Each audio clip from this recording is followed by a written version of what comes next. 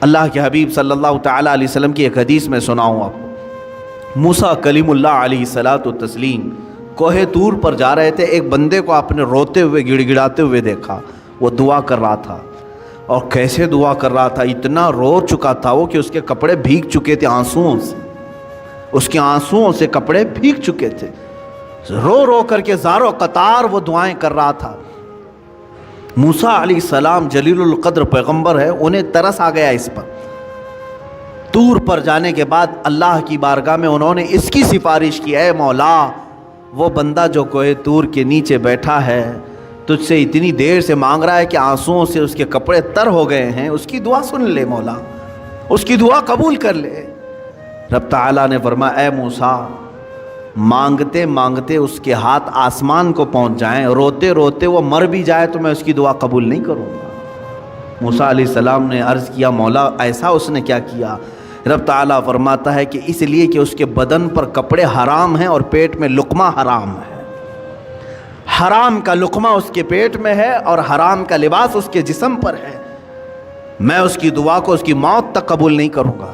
دعائیں نہیں جاتی ہیں، بار اجابت تک نہیں ٹکرائیں گی۔ دعاؤں کے قبول ہونے کی شرائط کبھی آپ نے پوچھا کسی سے جا کر کے؟ یہ شکایت تو سب کی ہے، بہت دعا کیا، بہت وظیفے پڑھے، اب تک کچھ بھی نہیں اثر ہوا، کچھ بھی نہیں قبول ہوا۔ کبھی اس کے نہ قبول ہونے کے علامات یا شرائط کیا ہیں دعا قبول ہونے کی، یہ آ کر کے کبھی آپ نے پوچھا؟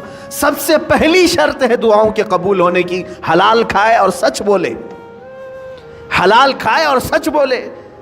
اللہ کے حبیب صلی اللہ علیہ وسلم نے ایک صحابی کو یہ عمل بتایا، کہا اگر تم چاہتے ہو کہ ہر دعا تمہاری قبول ہو جائے تو مستجاب الدعوات بن جاؤ، تو دو چیزوں کی پابندی کرنا، زبان سے سچ بولنا اور منہ سے حلال لقمے کھانا، پھر کوئی وظیفہ کرو نہ کرو اللہ تمہاری ہر دعا قبول کرے گا، مستجاب الدعوات بنو گے۔